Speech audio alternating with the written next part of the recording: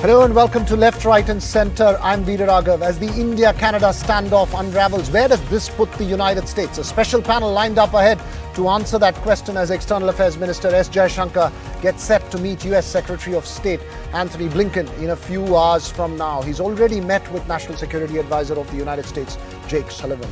Also on the show, a special focus on is India ready for its changing age demographic? But first, on the one side for Washington, it has one of its closest allies and neighbour, Canada. And on the other, arguably its most important strategic partner in Asia and the Indo-Pacific.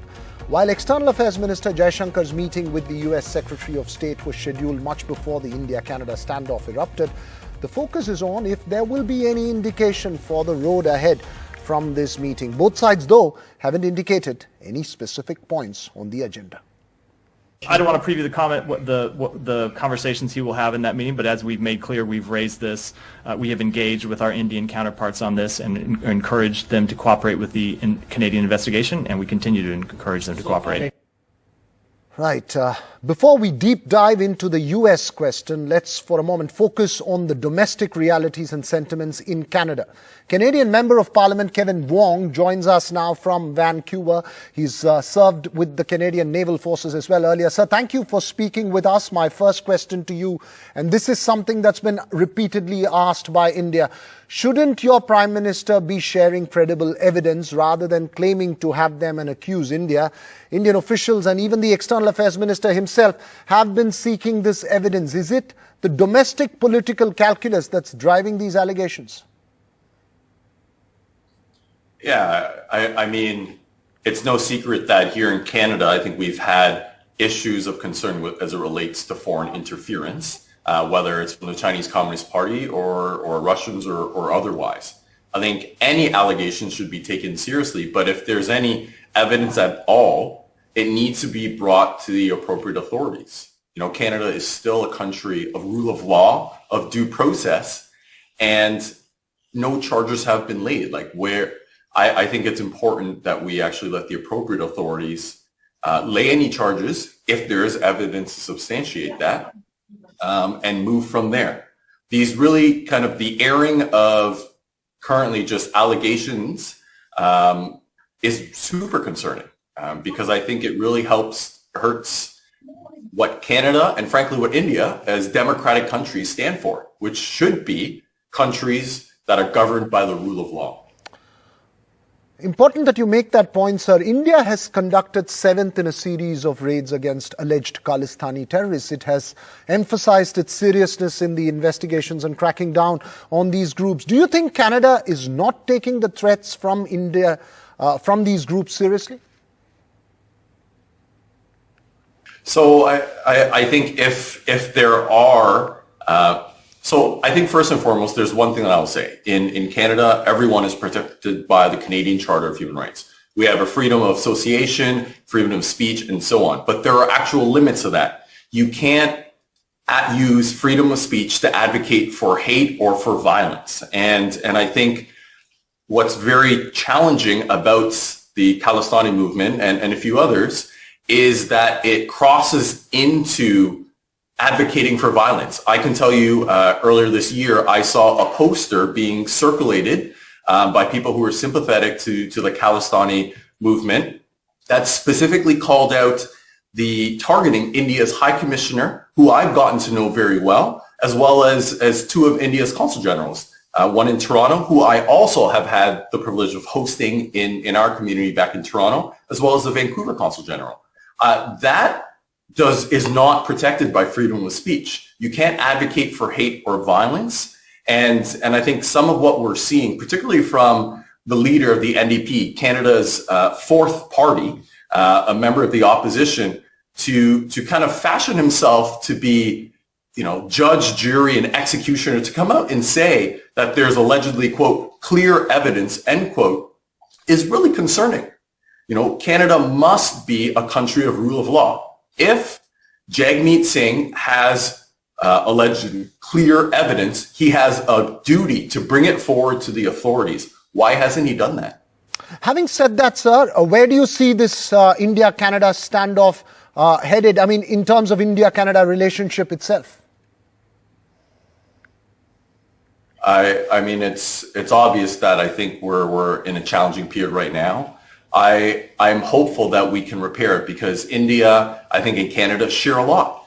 We're both democratic countries. We both share rule of law. We have strong people ties. I can tell you my hometown, I grew up in the city of Brampton, and that's where I've gotten to know the Indian diaspora very well myself growing up. And there is so much that both Canada and India share and can learn from one another. And I hope that this is just will end up being kind of a moment of history where we can learn from and move forward, because there are much more bigger issues that we need to be able to work together on. As we hope for this to blow over, sir, would you say that there may have been many mistakes or an error of judgment on the part of the Prime Minister Trudeau there, including the embarrassment of inviting a former Nazi soldier to Parliament? As it relates particularly to the Prime Minister's remarks in the House of Commons on allegedly what he saw in terms of the allegations of India being involved in Mr. Nijjar's death, I think I have to ask, where is the evidence? If there are real credible evidence, or in his words, credible allegations, why haven't charges been laid? And why also the difference in approach as it relates to Mr. Nijjar, who is an outspoken member of the Canadian Sikh community, and all of the overwhelming amount of concerns and allegations have been raised as it relates to the Chinese Communist Party. Why the two different approaches when it comes to these diaspora here in Canada? It was the Prime Minister himself who said a Canadian is a Canadian is a Canadian. So why is he concerned about allegedly foreign interference in one community but not in another? I think it's no secret that, particularly in British Columbia, whether it's for for Jagmeet Singh and the NDP or the Liberals, that the Sikh community plays an outsized role in the elections of at least 12 seats in British Columbia, right? And so you have to wonder, is there a political calculation there where you're putting politics or party before one's country? Because I sure hope that's not the case. Where is the evidence is what you ask. It's the same question that Indian officials are asking as well. Yes, full stop. And frankly, take it out of political hands and leave it up to the proper authorities, Canada's Federal National Police, the RCMP. If there is evidence, hopefully they're not only just working on the investigation, but that charges will be laid. That this kind of goes back to what I was saying earlier as it relates to foreign interference from the Chinese Communist Party. I think Canada must be a country of rule of law. There must be due process, and there must be a responsibility for anyone that might have any evidence, including Jagmeet Singh. It's not up to him to decide whether it's credible or not. He has a duty to bring it forward to the authorities so that they can conduct their investigation and lay charges if warranted. And like I was saying earlier, I think Canada and India have a deep and long relationship, and I'm hopeful that we can get back to building on it and working together to advance many of the different values, democratic, climate action, and so on, for the benefit of both our countries.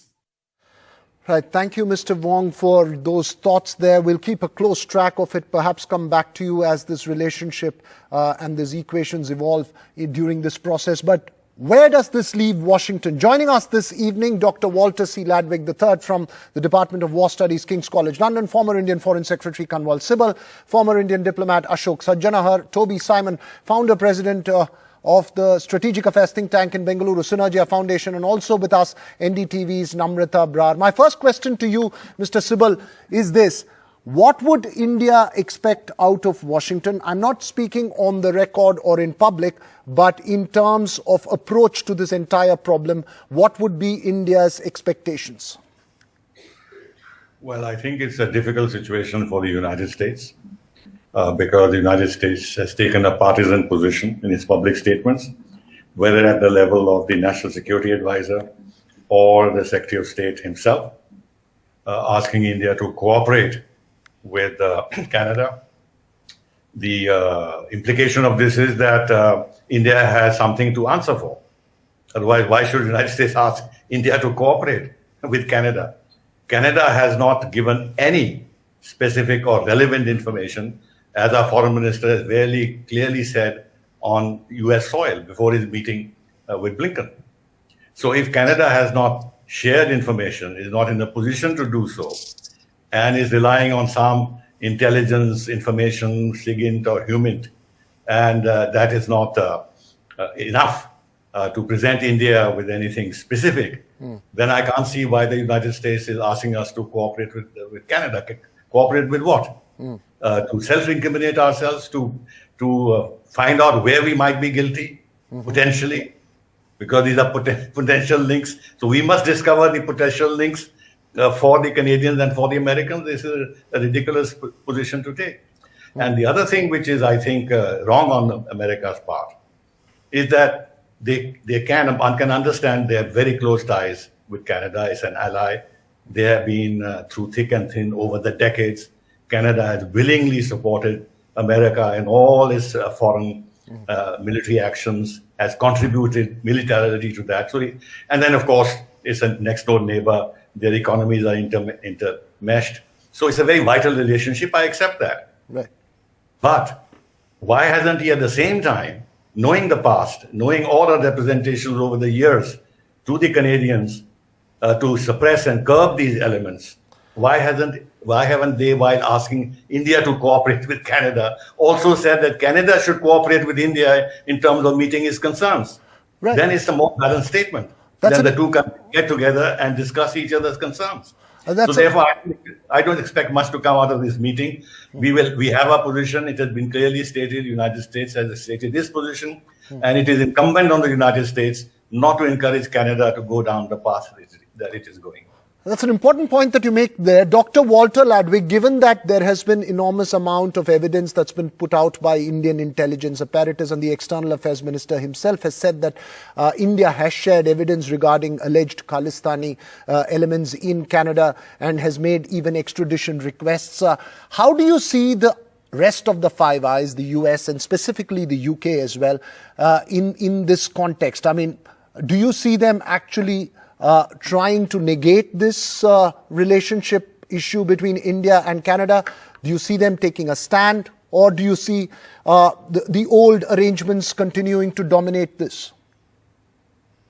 I think every one of the Five Eyes countries would prefer to avoid having to take a side in this situation. The United States, Australia principally, but the UK as well, have spent a lot of time and effort over the past decades building a strategic partnership with India, and that's very important. At the same time, there are allegations that information was provided to Canada from Five Eyes partners. I think many people suspect it was principally the United States. And that may inform, to an extent, the American position on this. If they have seen something or recorded something that they think is compelling enough, that might explain what Ambassador Sybil was talking about in terms of this request to cooperate. But neither the US, nor Canada, nor Australia, nor New Zealand want to have to choose one or the other. Right. You're saying they don't want to choose one over the other. But one of the points that's been raised, and before I go across to Ambassador Ashok Sajjanahar as well, one of the points that's been raised is, Dr. Walter, is that, you know, the links between these terror groups, when you're talking of political convenience determining the response to terror, does that statement cut ice? No, I don't think so. And again, I am not privy to the dossiers that the NIA has delivered to the Canadian government, so I can't speak to those. But there's no tolerance for terrorism in the United States, and there's not a distinction, I think, between terrorism that affects India and terrorism that would affect the U.S. Those days have passed. The United States is quite concerned on a variety of spectrums of terrorist groups that principally target India. So I don't know what asks have been made, if the Indian government has asked American help in interfacing with the Canadians to bring pressure on them to be more responsive. And again, the information that's been presented to Canada, I don't know, but I don't think we would think political convenience would lead one to decide which terrorists are important and which ones aren't. Mr. Ashok Sajjanahar, what would you say to that? Well, I think we have made our position very clear that from the 19th of September, when the charges were first made in the Canadian Parliament, and we have said, and it's not only India that has been saying this, it has been the whole world that has been saying that, the investigation has not been completed. There is no charge sheet that has been filed. You have not been able to arrest even a single person. This is really the role of the law enforcement authorities, as to how they conduct an investigation. So with the investigation having not been completed, and the Prime Minister comes to the Parliament and makes this absolutely groundless allegation, that we have credible allegations, and he says we provided this information to India several weeks ago. The External Affairs Minister has 2 days ago, while speaking at the CFR, he said very categorically that we have not received any specific relevant information from Canada. So when, since we are discussing the United States, there is a video that has come out just 2 days ago. One person, Guru Patwant Singh Pannu, he has made these hateful crimes and threatened violence that the Indo-Canadian Hindus should leave Canada and go back to India.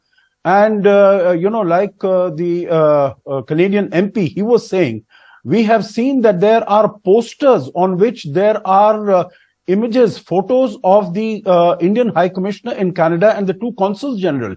And they've said that they are the ones who are responsible for the killing of Hardeep Singh Nijjar, and so they will have to be the Khalistani elements, the terrorists. They will take care of them. Now, if this is not hate crime, if this is not incitement to violence, what is? We have given a large number of documents. We have given more than 25 extradition requests to Canada. But no action has been taken.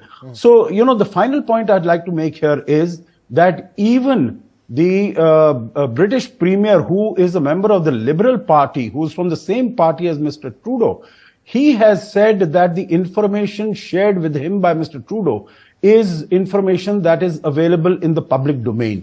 It is not available, there's no secret or confidential information that the Prime Minister has shared with him. So obviously there is no information available with them.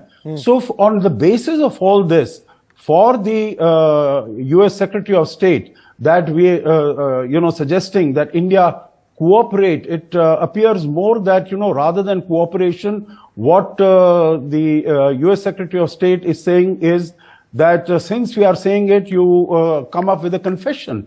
And, that is quite ridiculous, because everyone wants investigation, everyone wants evidence, both in Canada as well as all over the world. That's a point that's been made emphatically. Where does that leave us, though, in terms of our relationship with not just Canada, but whether it is the US, whether it is the UK, or whether it is Australia? Mr. Sibal. Oh, I don't think it's going to affect materially our relationship with the UK, Australia, or the US. The US has to do fine balancing. They have invested a lot in this relationship. You've seen how even at the G20 meeting, the kind of joint statement that has been issued between the two sides, as if it was a bilateral visit that President Biden had made. And then, of course, the Indo-Pacific military army chiefs have just met in New Delhi. So that kind of business will carry on. The relationship is vital for both sides. If there's a hiccup, America is not playing its cards well. I think they don't want to give the impression to Canada that they are not supporting them, especially as statements have been made here and there that the United States is distancing itself from Canada's charges. And this has piqued them and therefore compelled them at the National Security Council spokesperson saying, no, this information is absolutely wrong. And this was again reiterated by the National Security Advisor. So I think they are sensitive to this part. But whether America will be so irresponsible geopolitically to sacrifice relationship with India or cause a serious setback in a relationship with India over this affair, to my mind, is unimaginable. Already, there are huge problems the United States has with Russia and with China, and if they have also with India, then everything that America is afraid of in terms of the changing balances in the world will actually come to pass progressively. You know, this multipolarity and expansion of BRICS and everything else, and the entire leadership of India of the global South. United States had many vital stakes in the India relationship, as have we. Okay. So it's not a one-sided relationship. Right. But I think America should call upon Canada. You know, look, since 1985, when the Air India plane was downed, Canada has not cooperated with us on curbing Khalistani terrorism or Sikh terrorism of Canadian citizens. This is a fact. So why doesn't the United States focus on this and say publicly that we need Canada also to enter into a serious dialogue with India to control and curb these elements? And they are, of course, to begin at home. Our San Francisco consulate has been set on fire twice. And there are, you mentioned Gurpatwant Singh, he's a US citizen. So they have to do their bit too. They have to do their bit in this regard. In a changing world order, Dr. Walter, is that sentiment, even being appreciated? Or do you believe that it's not? I mean, the fact is that any investigation, the credibility of it depends on the unbiased nature of it. Given that the whole perception, at least in India, is that it's been an unfair allegation that's been made at India, how do we trust any outcome of an investigation or evidence that's being shared? Well, I think it comes down to the quality of the evidence and the preponderance of which either points, in support of the allegation or not. Now, with respect to why this surfaced when it did, my understanding is that this story was about to break in Canadian media, and therefore Prime Minister Trudeau was almost pressured into making some sort of announcement before, the intrepid journalists of Canada did. But at the end of the day, we are all nations of laws with legal systems that should transparently evaluate the evidence presented. And again, I agree with the rest of my panelists that it's beyond time for Canada to be able to share this information that they have and let us take a look and see what exactly is it that is behind this. Now, there may be a complication going back to this question of involvement in the Five Eyes, particularly if the Americans were a principal source of some of the intelligence information the Canadians have. They might be telling them behind the scenes that they can't release it or that they can't make it public for various technical and other reasons. We just don't know. But the Canadians have to come forth and let us see what this is that is behind their charges. In terms of the way going forward, Mr. Sajanahar, what would you believe would be the next steps on this? I mean, how long? Some people hope that this will get blown over a period of time. Others tend to point out that perhaps there has to be a political change in Canada on the one side. Others believe that as we go along, it's the investigations and what kind of evidence is brought about that could determine how this plays out. What would you believe are the key markers as we look forward to how this relationship and how this, row will play out? The way I would look at it is that Canada's friends have to advise Canada on what is the right way forward. These statements by Secretary of State Antony Blinken and Jake Sullivan, they were made soon after Justin Trudeau had made this, point of credible allegations. At that time, they might have thought that there is some, reasonable evidence that might surface. But now it is about 10 days and we have heard nothing at all whatsoever from the time when the first allegation was made. And I think the conversation that is taking place today, I am reasonably hopeful. Dr. Jaishankar has met the National Security Advisor. He is meeting Secretary of State. I'm sure there are going to be discussions on this. And I'm sure India's position has been laid out very clearly and very forcefully, and that is going to be done again on a one-to-one basis with all these senior officials. And I'm sure they will find, they will see merit that, there is, Canada has overstepped. The step that it has taken is politically very immature and irresponsible. So I think slowly and gradually try to advise them. On the second part, what you said, that a change of government in Canada, I think that is their business. And even if someone else comes and if their dependence upon the NDP, the Khalistani sympathizer, Jagmeet Singh Dhaliwal, if that continues, then I don't see very many changes taking place in as far as the policies by Canada are concerned. The last point, if you permit me, what gentleman made this, that, the story was going to break, and that is why Justin Trudeau came out. I think that is not how statesmen are expected to behave. These are, media will continue to write and say what they have to say. And I think here it is like in any democracy, you have to allow the law enforcement authorities to carry out the investigation, complete the investigation, and not let it get tainted by political views. That, that the Prime Minister comes out and, he wants to steal a march over the media. I think that's a very irresponsible way of going about it. And that has really hit him in the face, the way he's done it, because obviously he's done it without adequate preparation or adequate evidence at all. So, coming to your question, again, what is the way forward? I think basically the friends, mutual friends of both India and Canada, they should advise Canada that they need to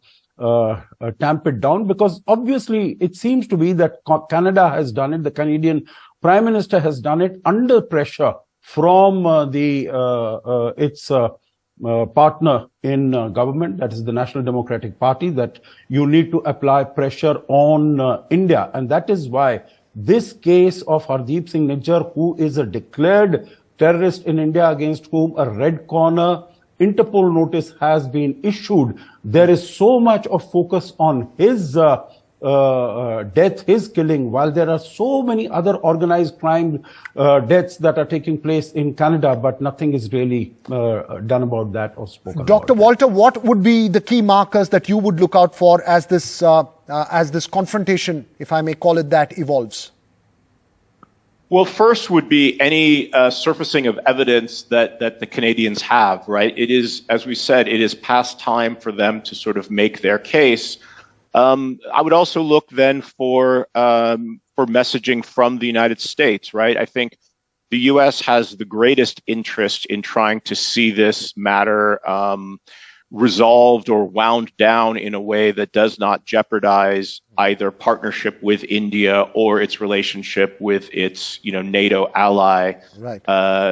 Canada. And then again, Dr. Jaishankar has been absolutely clear that this is not Indian government policy.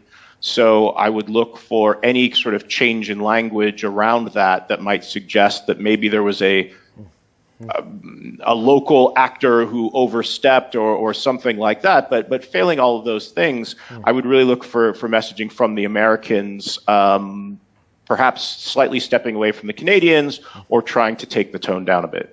Important points there. Toby Simon, I believe we can go across now to Toby Simon as well as Namrita. We had some connectivity issues there. Toby, what would you believe is the roadmap ahead, both in terms of short term as well as in terms of long term, in the relationship not just between India and Canada, Toby? I'm talking of India's equations with the US, UK, or perhaps even Australia and New Zealand. Thanks, Veera. I think the short and the immediate priority should be to play and see that the situation comes under control. I would just spin it a little back to say that let us assume that Americans were the ones who gave the feed, and that could be a lot of sensitivity in sharing that, because America doesn't, there is a partnership going on between India and the US.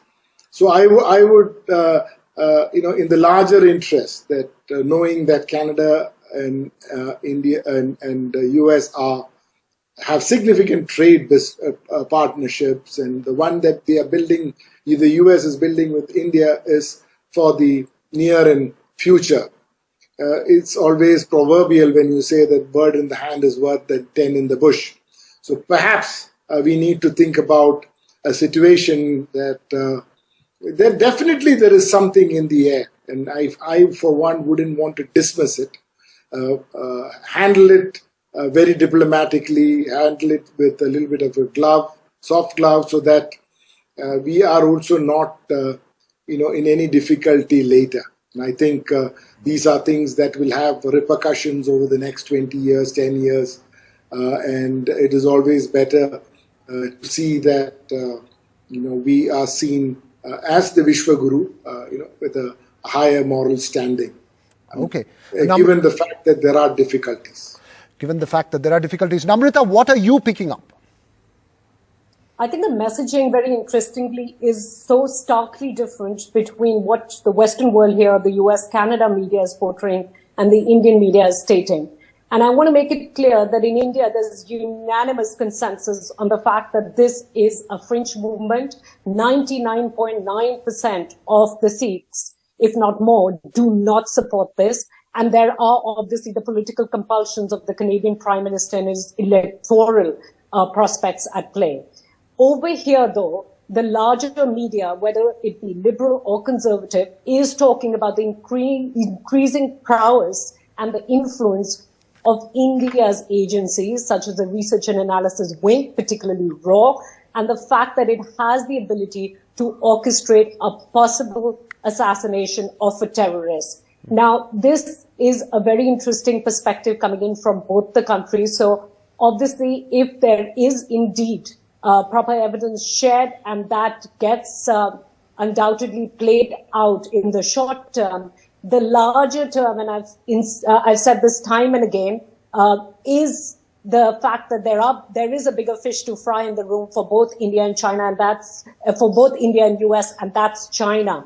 And interestingly, in the Republican presidential debate last night here in the US, there was no mention of this diplomatic standoff. In fact, repeated mentions of the Chinese problem for America and the strategy for the Indo-Pacific region. So I just want to underline that. And finally, there is Nassim Taleb, who speaks about the increasing influence of the intolerant minority. This is the flexing of the muscle of a small fringe group, which is needed in a Western democracy in Canada.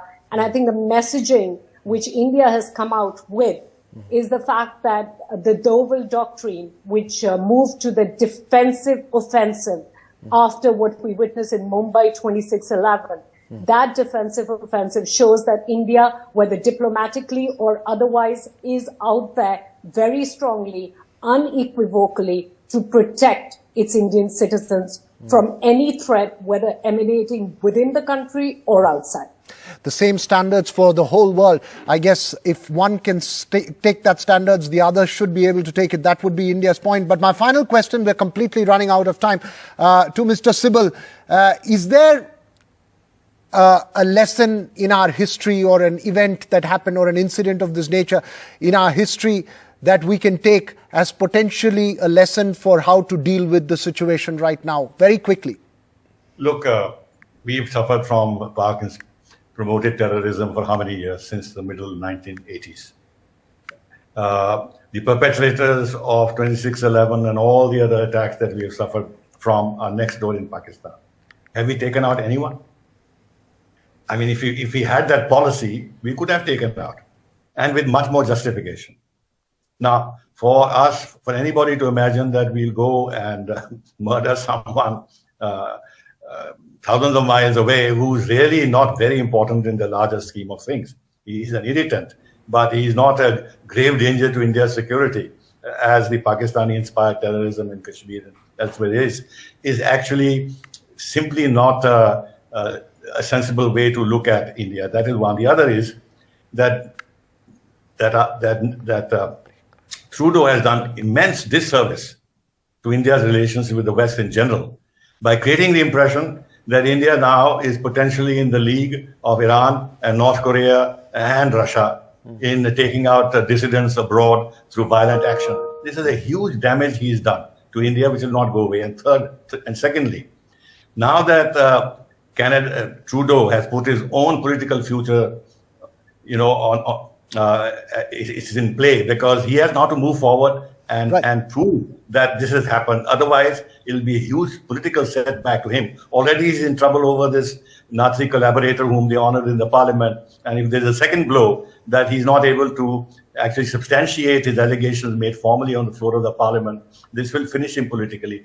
And the United States, having taken the position it has, cannot also draw back and say, no, things are all right, the matter has been sorted out and we will now move to another subject. They also can't do it because they also have now asked India to cooperate and will keep pressing on this point on India. And this will create a bit of a problem in our ties. Right. So I don't know how this thing is going to end. It's not going to end so easily. Well, on that note, we'll keep a close track of how it evolves. But thank you all for joining us.